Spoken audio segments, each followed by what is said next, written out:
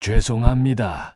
저희는 치유할 수 없습니다. 정중하게 죄송하다고 말하는 의사와 그 의사의 말에 고개만 떨구는 중년 부부. 그들에게는 과연 무슨 일이 있었던 걸까요?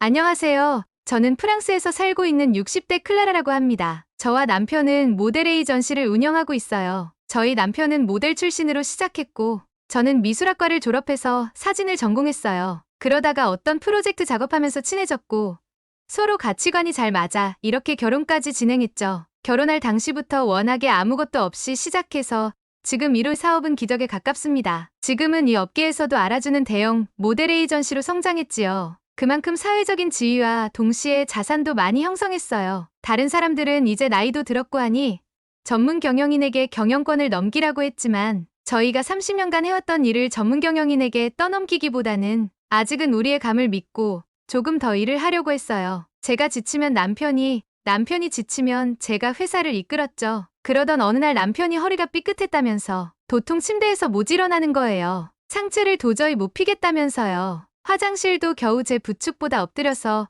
엉금엉금 기어가서 다녀왔지요. 남편은 모델 출신이라서 그런지 생활습관 관리는 저보다 더 철저했어요. 8시 이후에는 안 먹고 운동으로 조깅도 매일 했어요. 그래서 저보다는 더 오래 건강하게 잘 살 줄 알았는데 그런 일이 발생되다니. 요즘 책상에 앉아 사무일을 많이 한 남편은 키가 크다 보니 낮은 컴퓨터 모니터에 앉는 자세가 항상 구부정할 수밖에 없었죠. 이 자세가 얼핏 머릿속을 스치더라고요. 일단 저희는 주치의를 예약했어요. 프랑스는 1차로 주치의를 만나야 2차로 전문의를 만날 수 있어요. 지난번 감기에 걸렸을 때도 전문의를 만나기까지 3달이 걸려서 감기가 다 나은 후에서야 전문의를 만날 수 있었죠. 이렇게 프랑스는 의사를 기다리다가 자연 치유되는 사람들이 많아요. 이번에는 예약이 좀 빨리 될까 싶어서 예약 어플을 켰지만 역시나 6개월 뒤에야 예약을 잡을 수 있는 거 아니겠어요? 6개월 뒤에 예약할 수 있는 의사도 후기가 형편없었죠. 저희가 사는 시에는 전문의가 종합병원 빼고 딱 4명이 있는데 그중 상위에 속하는 2명은 올해 안에 만나기가 어려웠어요. 정말 난감했지만 6개월 뒤에나 만날 수 있는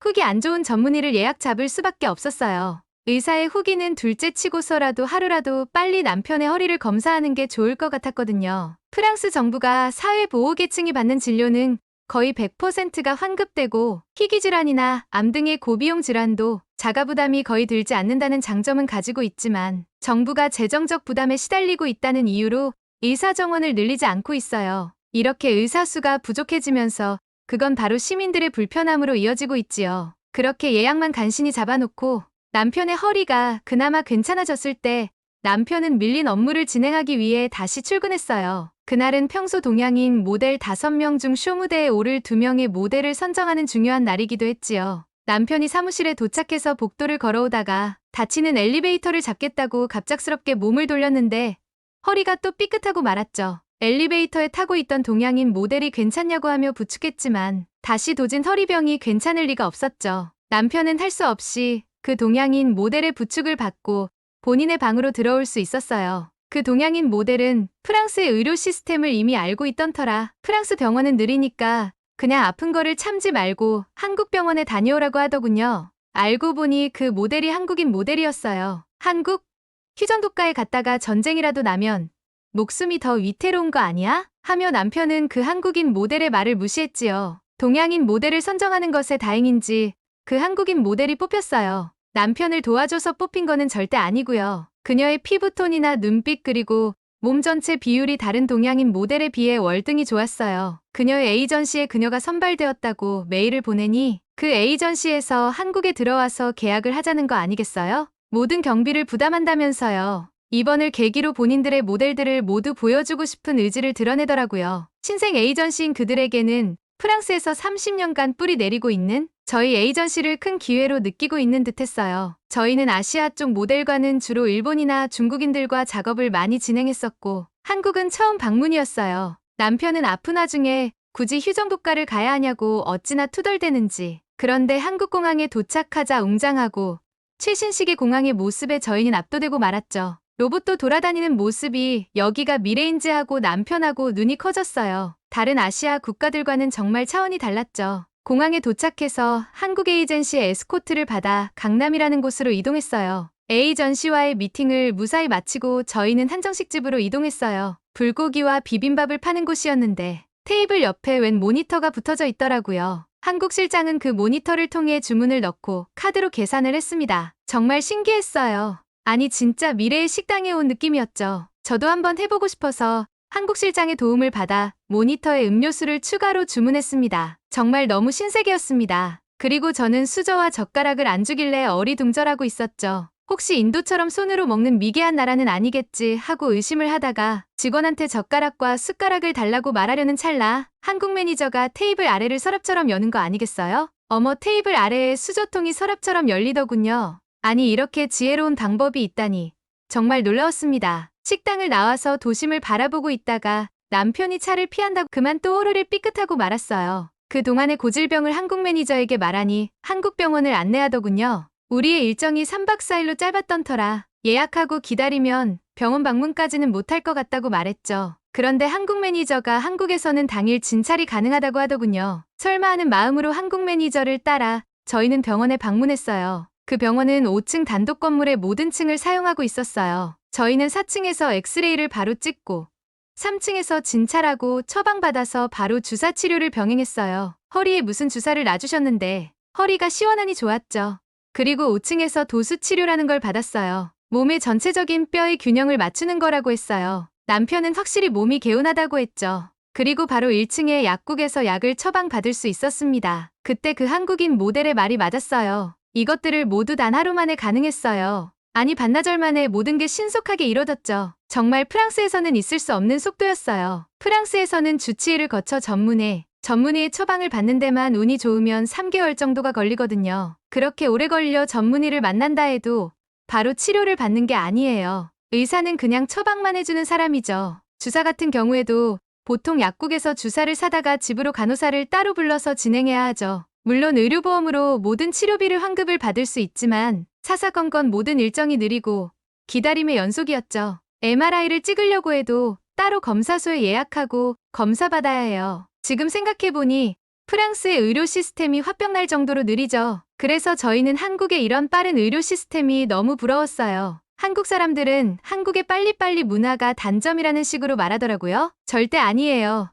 한국의 빨리빨리 시스템은 모두의 시간을 벌어주는 소중한 시민의식이라고 말해주고 싶어요. 특히 저희처럼 바쁜 사업가들한테는 더욱 그렇죠. 시간이 돈이잖아요? 남편은 허리 치료를 다 받으니 20대 때의 허리를 되찾은 것 같다며 좋아했어요. 허리에 코어 근육이 살아나니 다리를 올리는 동작도 한결 편안해졌다고 했어요. 한국의 의료 서비스는 프랑스뿐만 아니라 전 세계 어떤 의료 서비스와 비교하더라도 압도적인 장점을 가지고 있는 것 같다는 생각이에요. 훌륭한 기술력과 친절한 의료진, 이렇게 쾌적하고 빠른 의료 시스템을 갖춘 나라 한국의 국민들이 정말 부러워지는 경험이었습니다. 남편이랑 저는 한국 매니저와 헤어지고 한국 시내를 좀 더 자유롭게 구경하다가 숙소로 이동하기로 했어요. 작은 공원에서 쉬고 있는데 남편이 말도 안 돼. 아시아인이 어떻게 이럴 수가 있지? 아시아인들은 통계적으로도 서양인들에 비해서 한참 작은데 어떻게 한국인들은 서양인들의 체형이지? 참 신기하네. 공원에서 잠시 쉬던 남편은 다시 충격적인 말을 꺼내기 시작했죠. 클라라, 저기 한국 여자의 다리 좀 봐. 마치 포토샵으로 다리만 길게 늘려놓은 것 같아. 분명 우리가 기존에 알고 있던 아시아인들의 체형과는 정말 달라. 우리는 그 한국인 모델만 그런 체형인 줄 알았는데 일반 한국인들도 모두 다리가 길고 비율이 좋군. 한국이 아시아 국가 맞지? 지도를 다시 살펴봐야겠어. 여보, 저 여자 옆에 있는 아이 안 보여요? 지금 아이 엄마한테 무슨 소리를 하는 거예요? 그러자 남편은 화들짝 놀랐어요. 아니, 저 사람이 자녀가 있는 아이 엄마라고? 아니, 프랑스의 20대들보다 훨씬 어려 보여. 게다가 분위기도 꽤 세련됐고 한국 여자들은 옷맵시나 화장법도 과하지 않으면서 자연스러운 것 같아. 한국인들은 다들 패션 감각도 좋고 키와 체격도 모델 같네. 그렇습니다. 남편과 저는 이쪽 모델업계에 일을 하고 있어 지나가는 사람들의 몸매나 스타일을 바라보는 것이 습관입니다. 하지만 너무 넋이 나가 있어서 좀 화가 나더라고요. 늙어도 제 남편이 딴 여자한테 눈 팔려 있는 꼴이 보기 싫더군요. 싫은 티를 팍팍 내기도 뭐하고 해서 넋이 빠져있는 남편을 뒤로하고 앞으로 성큼성큼 걸어갔는데요. 그때 마침 한국 고등학생들의 학교 시간이었습니다. 남편은 학교 중인 한국의 고등학생들을 보더니 갑자기 침묵하더라고요. 아마 그들은 하나같이 모델들처럼 키가 컸고 어깨도 프랑스 남자들처럼 넓고 다부진 체격을 가지고 있었기 때문인 것 같았습니다. 남편은 그러한 한국 고등학생들의 우월한 신체 조건을 보고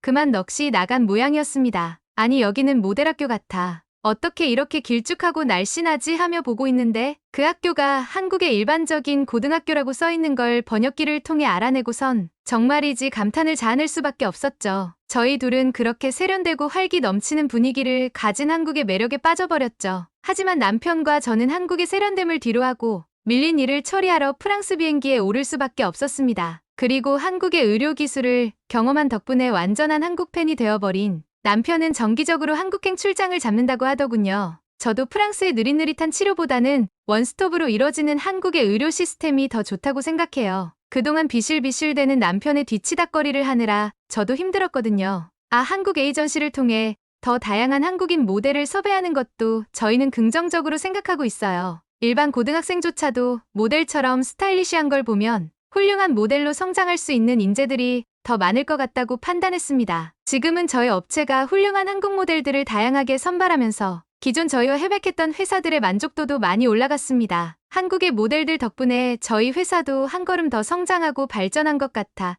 한국에 참 감사할 일입니다. 한국인들의 피부톤이나 스타일링이 기존 중국이나 일본 모델보다는 훨씬 세련된 느낌이 있는 걸 각 브랜드 담당자들도 느끼는 것 같았어요. 30년 된 저희의 안목이 아직은 이 업계에 먹히는 거 맞지요? 엘리베이터에서 만난 그 한국인 모델은 어떻게 되었냐고요? 그녀는 저희 집의 며느리가 되었습니다. 한국을 소개해준 그녀가 감사해서 정기적으로 만남을 이어왔었는데 그러다가 저희 집 아들과 사랑에 빠진 거 있죠. 저희한테 한국을 선물해준 그녀는 저희 아들에게 사랑도 선물해 주었네요. 한국인 며느리 덕분에 한국에 더 자주 갈 일이 생겼습니다. 참 감사한 인연이지요. 여기까지가 저희 이야기였습니다. 오늘의 이야기는 어떠셨나요?